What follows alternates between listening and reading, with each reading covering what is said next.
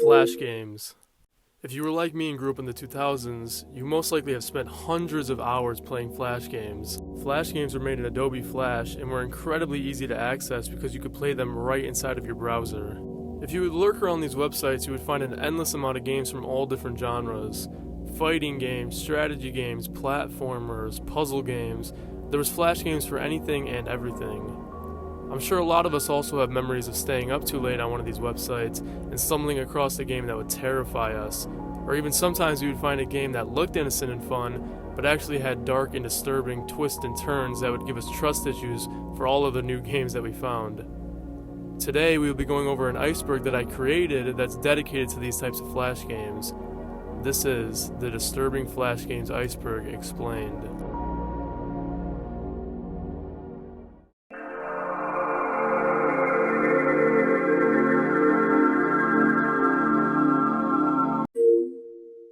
The Ex Mortis series was developed by Newgrounds developer Ben Leffler and consisted of 3 point-and-click mystery games. The first game, and the most popular one, was released in 2004 and was about the player waking up in the woods with no memory and taking shelter in a spooky abandoned house. As you explore the house, you solve different puzzles which are surprisingly still pretty good to this day. Venturing into different rooms around the house, you notice many disturbing things such as blood, torture devices, and even a fresh human head in the microwave. The game was prime Flash horror with a few cheap jump scares sprinkled without. The audio jump scares, however, are still pretty spooky to this day, especially if you're wearing headphones. I'd actually argue the audio is what makes this game completely. The creepy voices that would play throughout the game are pretty well done for old Flash standards.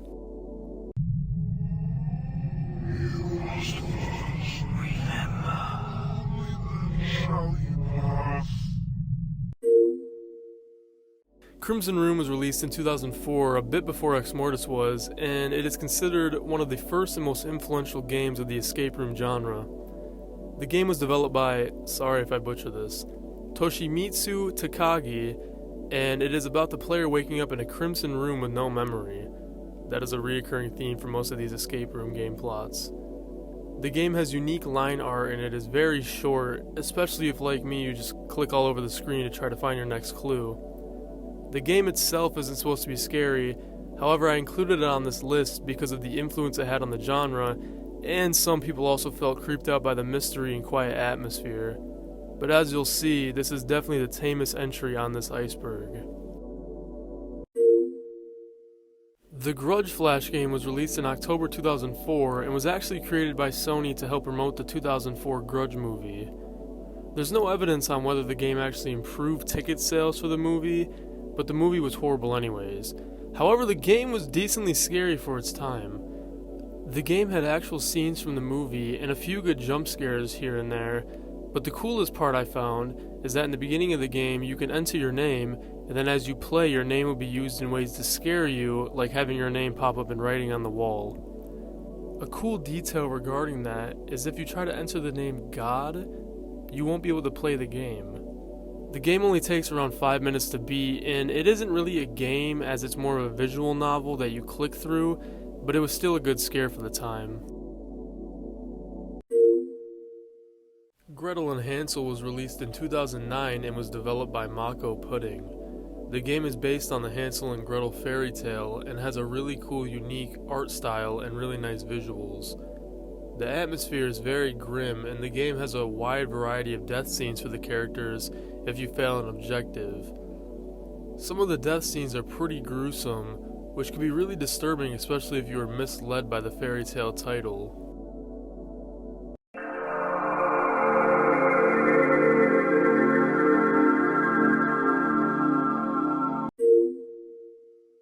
Hotel 626 and Asylum 626 are point-and-click adventure games released on Halloween 2008. It was developed and published by Snack Strong Studios, which was a fake studio created by Doritos to promote the return of 2 of their old flavors, Black Pepper Jack and Cheddar Barbecue. A very cool thing about this game is that the Hotel 626 website that hosted this game would only allow you to play between the hours of 6 p.m. and 6 a.m. If you visited the site during the daytime, you would be instructed to come back at 6 p.m. The game is more of a visual novel that has live-action visuals, but it still looks like Doritos still put a lot of effort into it. At the end of the game, if you lived in the US, you were prompted to enter your phone number. If you did, you would get a pretty creepy phone call.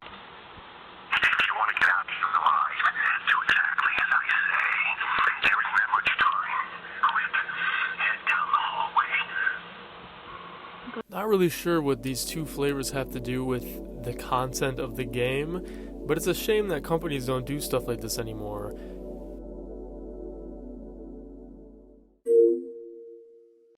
Lomando.com is a website created by an anonymous developer named Nohito, and the game came out sometime in 2011. Lomando is known in Japan as Fancy Island and was originally intended only for a Japanese audience, but it was later translated to English.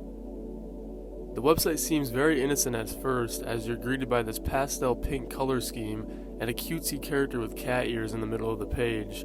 However, as soon as you click on her, you are immediately launched into the game.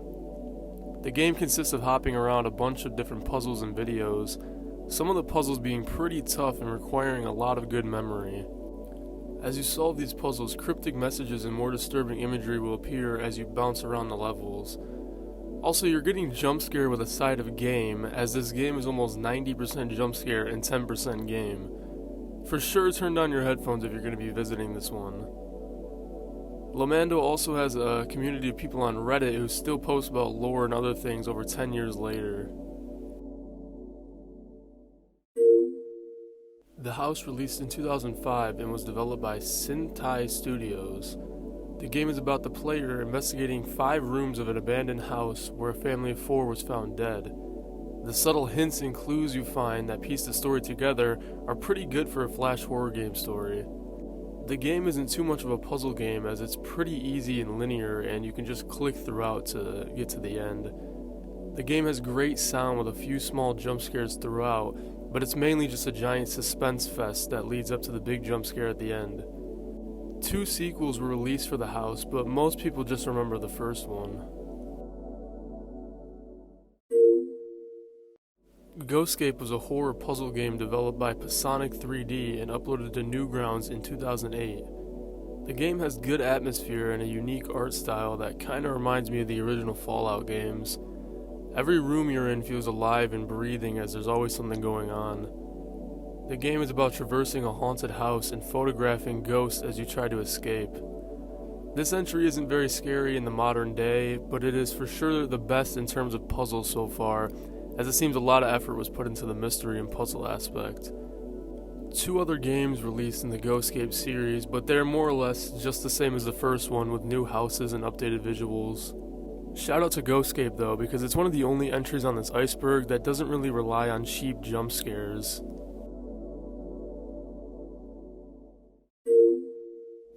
Escape the Boogeyman was released in 2005 as a promotion for the 2005 film Boogeyman. The film was terrible. The game was surprisingly good for its time though. In the game you try to escape a creepy desolate house just with a flashlight while not getting caught by the Boogeyman. The Boogeyman is just a shadowy figure, which is a bit disappointing, but he still has an ominous presence to him. It's completely first-person 3D as you can control where the character moves. The visuals and presentation look a lot like Slender the 8 Pages, and it makes me wonder if there was some inspiration pulled from it. Again, I'm not really sure if this helped the ticket sales for the movie, but I'd much rather play the game than watch the movie.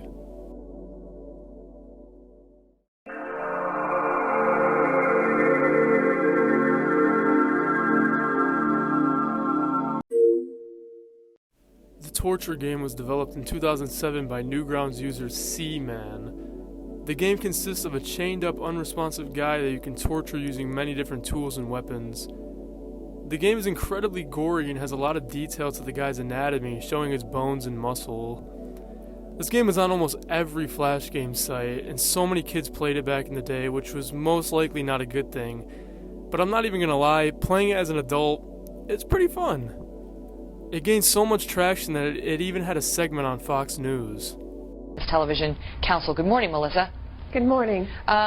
You know, we see that green, you can paint the person you're torturing, you can stab them, you can take a chainsaw, that's a stake you can put through the body and red blood comes out. You can take a razor blade and start cutting him up. I mean, it's disgusting, Melissa. But others say, look, it's just a game. You know, I get so sick of hearing that excuse. It's just entertainment. It's completely harmless. This entry is referring to games made by the organization PETA. These games were made as PSAs to push their agenda about the wrongfulness of animal cruelty and abuse. However, PETA disguised most of these games as cute games that the average kid would want to play, and as the game progresses, more morbid imagery of the animals would show up. PETA even included real-life images of animal carcasses in some of the games. One of the most popular ones is Pokemon Black and Blue, which had some of the trainers wearing pelts of different Pokemon.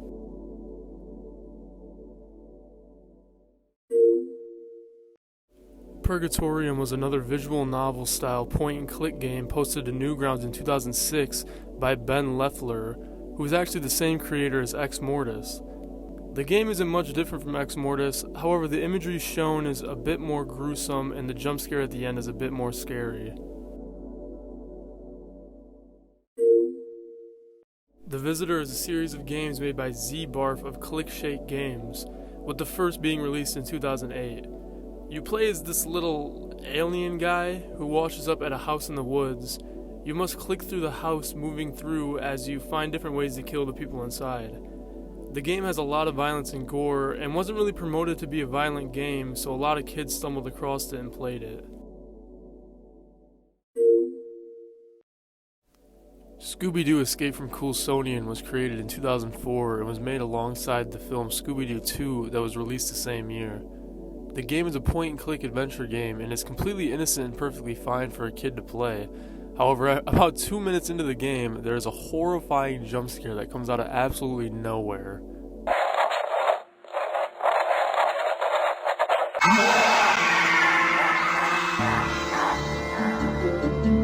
Not really sure why the developers placed this jump scare here, but it terrified many kids back in the day who were just looking to play a cool Scooby-Doo game.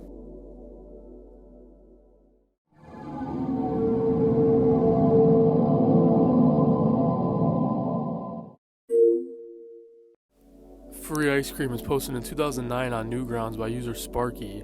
The game was actually created by a team of 5 students for a design class. The game is about 2 young girls unattended by an adult approaching a dingy truck that reads Free Ice Cream. The girls get kidnapped and you play as one of the 2 girls as you awaken a basement. You have to solve puzzles as you try to escape each room in the house without being seen by the man who abducted you, who's wearing a bloody chef uniform. The game has a lot of disturbing imagery and a huge shock factor. It was definitely one of the most popular disturbing Flash games.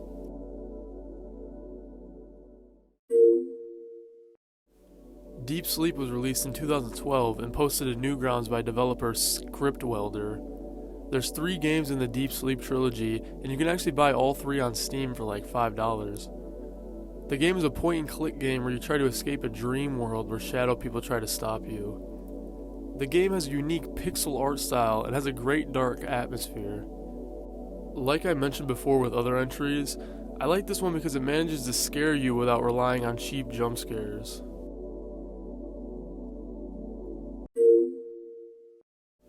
Alice is Dead is a game released in 2009 on the Newgrounds by developer Lorestrom. The game is a murder mystery point-and-click game based on the original Alice in Wonderland fairy tale, and is about Alice being found dead and you must find the murder suspect. The game has some disturbing imagery that takes morbid twists on the original fairy tale. The murder mystery noir theme set in the Alice in Wonderland world works really well, and the game's actually really good. I can see why the series was so popular and well received. Can Your Pet was created in 2009 by our good friends PETA, who are now repeat offenders of this Iceberg. The reason I separated Can Your Pet is because of just how popular the game was at the time. The game is about the player dressing up and playing with a cute cartoon chick. The game gives you time to play and bond with the chick before giving you the option to click on a bicycle icon. Once clicked, the bicycle will turn upside down into a meat shredder and shred the chick up into pieces. This game falls into the category I mentioned before with PETA, where they would put out games with dark twists and blunt themes disguised as cute, innocent games that children stumble upon. Can Your Pet was everywhere, with a ton of large YouTubers playing in the early 2000s, and has a big reputation for scarring a lot of kids. Nene's Interactive was originally released in 1999 by Newgrounds founder Tom Fulp, but was re-released in 2006 on the Flash portal. The game is a very edgy point-and-click game about a girl named Nene who discovers she has an STD and decides to commit. You can decide the way she goes about this by clicking on different things in her room. Not too much else to say about this one, other than it was just made for edgy sake, and there's no real themes or substance.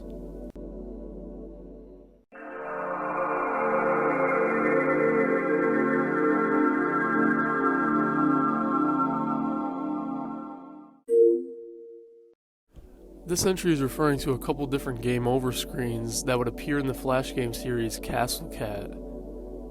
Not going to show these images, of course, but specifically in the third game of the series, a game over screen shows a real life image of a black bag with a note on it that just reads "Dead Cat." And the fourth game just outright showing a real life dead cat as a game over screen. I'm not really sure why these images were included in such an innocent looking game, and I feel bad for any kid who saw these game over screens while just trying to play the game. Again, this falls into the category of innocent looking games that have disturbing twists or flashes of disturbing imagery for no real reason. The Ugly was developed and posted to Newgrounds in 2006 and might be the most heavy themed entry yet. Gameplay-wise, it is a very short point-and-click game where you play as a young girl who comes home to find your parents missing. As you explore through the house looking for your parents, you see a newspaper that explains how a convicted R-wordist and serial killer escaped prison and now you know he's in your home. The game has a ton of disturbing imagery that almost looks like real images and a pretty shocking ending. I'm glad I didn't play this one as a kid because it definitely would have messed me up.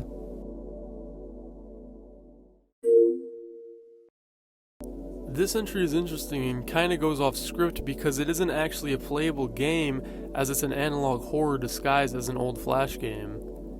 Kinda like the popular Petscop that was being shared around in 2017, Lacey Games gameplay was posted to YouTube by user Ghost Tundra in late 2022.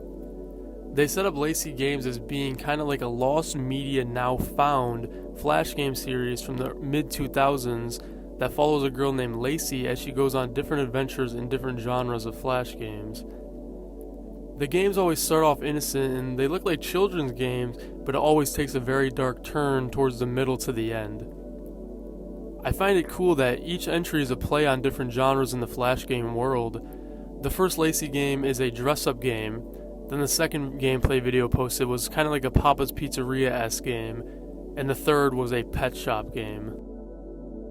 I won't spoil any of the videos because you should definitely go check them out on Ghost Tundra's channel. I'm glad there's still things like this being created as it keeps the old Flash game world in circulation. Crazy Piero was developed by, I'm probably going to butcher this, Yoshiaki Agiwara sometime in 2005 and released only in Japan. The game is super simple and short. It's in an old school pixel side-scroller type style where you try and catch apples falling from the sky while dodging skulls that are also falling from the sky. As the player increases their score, more and more disturbing changes will occur through the game, such as realistic eyes watching you from the buildings or creepy faces appearing in the background. Yoshiaki claims that the game is cursed and no player should go past a score of 40,000. Once the player gets a score of over 40,000 though, the screen will cut to black and show a ton of creepy repeating text, which then cuts to, of course, a big jump scare. There's not really much more lore or background to the claims as why the game is cursed, as I think it was just the developer trying to scare people. If you were to stumble across the game without knowing about the creepy aspect, I would definitely see why it would scare you because it does a really good job disguising itself as just an innocent old school style game.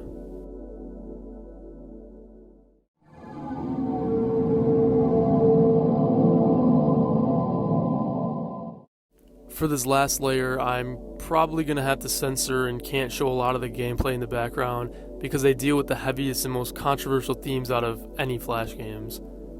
I'm going to have to switch up my language a bit too from here on out, just to please YouTube, so sorry, but I'm going to be a bit vague, but I'll still try to be understandable. If you are interested, however, in seeing the gameplay for some of these games I'll be covering, you can still play pretty much all of the games on this Iceberg on websites like 666 Games, or a lot of them are still on Newgrounds. Or if you just want to see gameplay, all of these are on YouTube still. Kaboom, which is what I'll be calling it for short, released in April 2002 by Newgrounds user Fabulous999. The game is very simple and consists of a self-inflicted kaboomer who tries to get as many civilians on the street with his boom. The game, more specifically, is a side-scroller where you can move up and down the street and try to flock to the biggest group of civilians to get a higher score. You only get one shot per attempt, as you would assume, and some of the civilians can even be children. The game was extremely controversial, especially for releasing at the time that it did. Considering 6 months before the game came out, there was a pretty big event that would have people be not a big fan of this game. The game was criticized by a plethora of news sources and media spokespersons, such as Fox News, the Jerusalem Post, Americans for Peace Now, and pretty much everyone. Many protested for Newgrounds to take the game down, but Newgrounds would not budge, stating that they stand behind free speech and will only take down illegal content. The creator of the game is very nonchalant about the game and doesn't really see it as an offensive piece of media. I can definitely see why so many people criticized the game and why so many people were offended by the game, because it's so easily accessible and it was shared around so quick, and it must be tough if you knew somebody that was involved in a tragedy that the game is parodying. This entry released in 2002 and was developed by Newgrounds user Gary Short. In the game, you play in a first-person point of view as a janitor who has to protect himself from students using a gun. The game, in very simple, cartoonish visuals, obviously depicts the students on the receiving end of the gun, and was made clearly as just an edgy random game with no meaning or theme. I mean, the final boss is literally Arnold Schwarzenegger. However, of course the contents of the game sparked controversy, and a little over 10 years later, the NRA claimed that the game was responsible for the Sandy Hook tragedy. Yes, you heard that correctly. As they were going over their usual suspects of violent video games at the time that would cause children that play them to commit violent acts, they singled out this game. Quick disclaimer, there is no evidence supporting this claim at all, but it's still interesting that they found this game 10 years later and decided to single it out. The creator of the game, Gary Short, actually messaged Newgrounds creator Tom Fulp to delete his account and all of his games off of the website, but you can still play this game on other websites, of course. This entry is easily the most controversial entry on this entire Iceberg, and was released in 2007 by Newgrounds user Pigpen.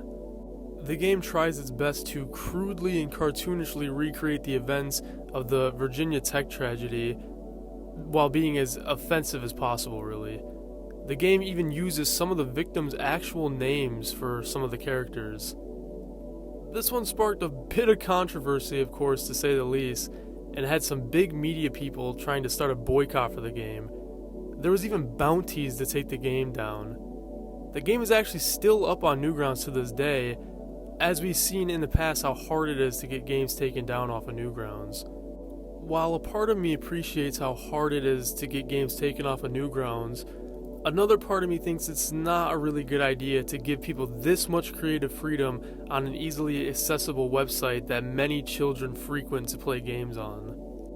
This game is clearly made as a troll game that's only purpose is to be as offensive as possible. The creator had no remorse or guilt for creating the game and actively trolled people that were upset about it. A little fun fact actually, This game is in Games Radar's top 7 most evil games of all time. Deservingly so, because not only is it one of the most disturbing and evil Flash games ever, but it's one of the most disturbing and evil games ever. Pico's School is, funny enough, the oldest game on this list, releasing in early 1999, and was created by Tom Fulp, who is the creator of Newgrounds. The game is actually one of his first games for kickstarting Newgrounds and the Flash game scene in general. While it's one of the first Flash games, it's also one of the most disturbing and controversial Flash games as well. The game, which is based on the Columbine tragedy, is a point-and-click game where you play as a student named Pico at school who has to fight a group of other students who just got done committing tragedy on the school. Pico's School, as of this day, has pretty half-and-half reception, with some seeing it as harmless, edgy fun, and others seeing it as very harmful and could cause real-life issues. After researching this entry, I could definitely see why Tom Fulp is so protective over the games on his site, as he also has experience creating games of this nature. So that was the disturbing Flash games Iceberg explained. Again, the chart was made by me, and I had a ton of fun researching all the entries on this list, as it was pretty nostalgic for me. Did any of you guys play any of these games that was featured on the list? Was there a game that I forgot to include on the chart? Let me know in the comments. Thank you all for watching, and if you enjoyed this video, please feel free to subscribe and leave a like. It helps me out a ton. Alright, it's getting late now. You guys need to go to sleep. That's all from me. Have yourself a damn good one.